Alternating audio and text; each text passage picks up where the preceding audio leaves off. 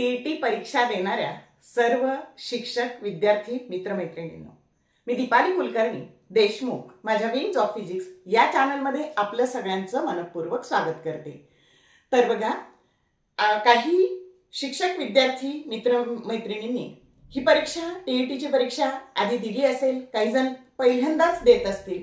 तर ज्यांनी आधी दिलेली आहे त्यांचा असा अनुभव असतो की आपण 70 मार्कापर्यंत सहज पोहोचू शकतो, पण पुढचे जे मार्क्स आहेत क्वालिफाय व्हायला लागणारे 82 किंवा 90, हा प्रत्येक मार्क मिळवताना आपल्या कॅपॅसिटीचा कस लागतो. आलं का लक्षात? त्यानंतरचा एक एक मार्क महत्त्वाचा असतो. आणि ही जी टीईटीची जी परीक्षा आहे ही स्पीड, ॲक्युरसी, टाइम मॅनेजमेंट आणि तुमचा असलेला स्ट्रेस त्याचं मॅनेजमेंट या सगळ्याची परीक्षा असते. उत्तरं तर आपल्याला सगळीच येत असतात, पण कमी वेळात उत्तर देणं आणि मार्क्स मिळवणं ही खरी आपली सत्व परीक्षा असते. आणि म्हणून तुमच्या या प्रवासात काही जर ट्रिक्सचे व्हिडिओ आणले आणि जर पीवायक्यूचा आपण नीट अभ्यास केला तर तुम्हाला त्याचा निश्चित उपयोग होणार आहे. कारण आपल्याकडे आता वेळ कमी आहे, आपल्याला बाकीही सगळे कामं आहेत आणि अशा सगळ्या याच्यातून टीईटीची परीक्षा देणं हे आपल्यासाठी एक आव्हान आहे. आणि म्हणून हे तुमचं आव्हान, त्याचे जे चॅलेंज आहे तर तो मार्ग तुमचा थोडा सुकर व्हावा म्हणून मी हा छोटासा प्रयत्न करते आहे. तर आजचा हा जो पहिला व्हिडिओ आहे तो गणिताचा जो नफा तोटा हा चॅप्टर आहे किंवा हा जो काही धडा आहे त्याच्यावर आहे. आणि त्याच्यावरची प्रश्न हे रिपीट झालेले आहे. पीवायक्यू 2017ला पण विचारलेला आहे आणि 2024ला पण विचारलेला आहे, फक्त तिथं किंमत बदलवलेली आहे. आणि मग अशा वेळी कशा पद्धतीने तो सोडवायचा हे आपण पाहणार आहोत. तर काळजीपूर्वक व्हिडिओ बघा. तुमचा वेळ वाचवण्यासाठी निश्चितपणे हे व्हिडिओ तुम्हाला उपयोगी ठरणार आहेत. तर चला तर मग बघूयात आजचा पहिला प्रश्न. प्रश्न असा आहे बघा, दुकानदाराने एका वस्तूची किंमत 50% वाढवली आणि नंतर 50% कमी करून विकली, तर दुकानदाराला शेकडा किती नफा किंवा किती तोटा झाला? हा प्रश्न टीईटी पेपर 2च्या 2017च्या पेपरला आलेला आहे बघा.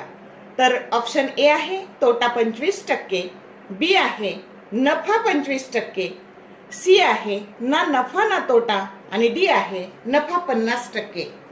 तर आता एका दुकानदाराने जी वस्तू घेतली ती एक्स या किमतीला घेतली, ती विकताना 50% आधी नफा झाला आणि नंतर 50% तोटा झाला.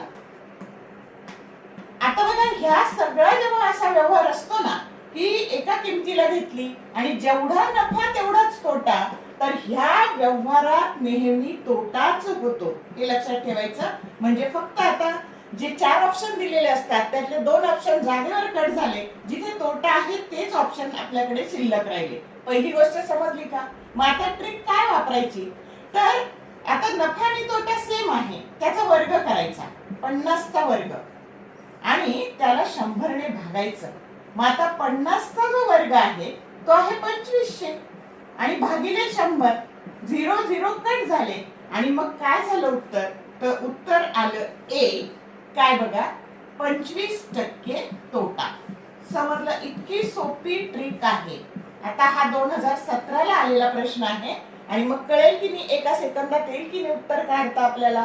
तर असाच आता हा 2017चा प्रश्न आहे. तर असाच प्रश्न 2024ला फक्त किंमत बदलून आलेला आहे. तर बघूयात आपण तो प्रश्न काय आहे ते.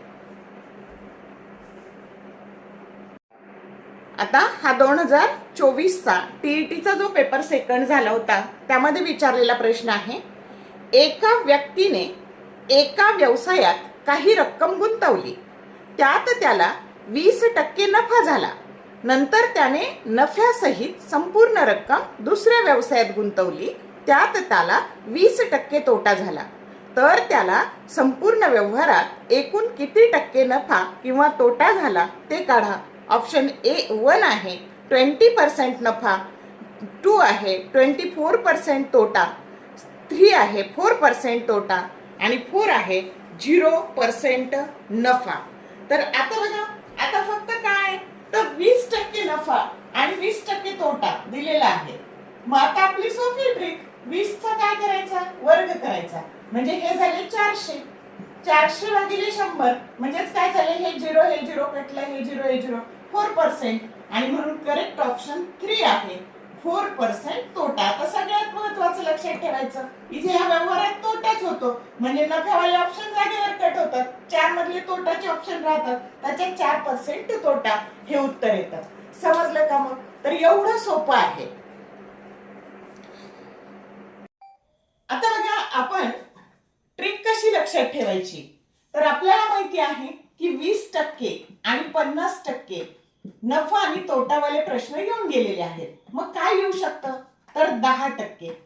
10% नफा आणि 10% तोटा झाला ना, तर 10चा वर्ग 100 आणि त्याला 100 ने भागायचं, म्हणजेच काय झालं, तर 1% तोटा झाला. समजतंय? 20%चा आपण पाहिलेला आहे 4% तोटा. त्याच्यानंतर 30%चं जर पाहायचं झालं तर 30% नफा आणि 30% तोटा असं जर दिलं तर 30चा वर्ग 900 भागिले 100 म्हणजे 9% तोटा 30 असेल तर. आता 40, जर समजा 40% नफा आणि 40% तोटा असं जर दिलं तर 1600 भागिले 100 म्हणजेच 40चा वर्ग 1600 भागिले 100 16% तोटा.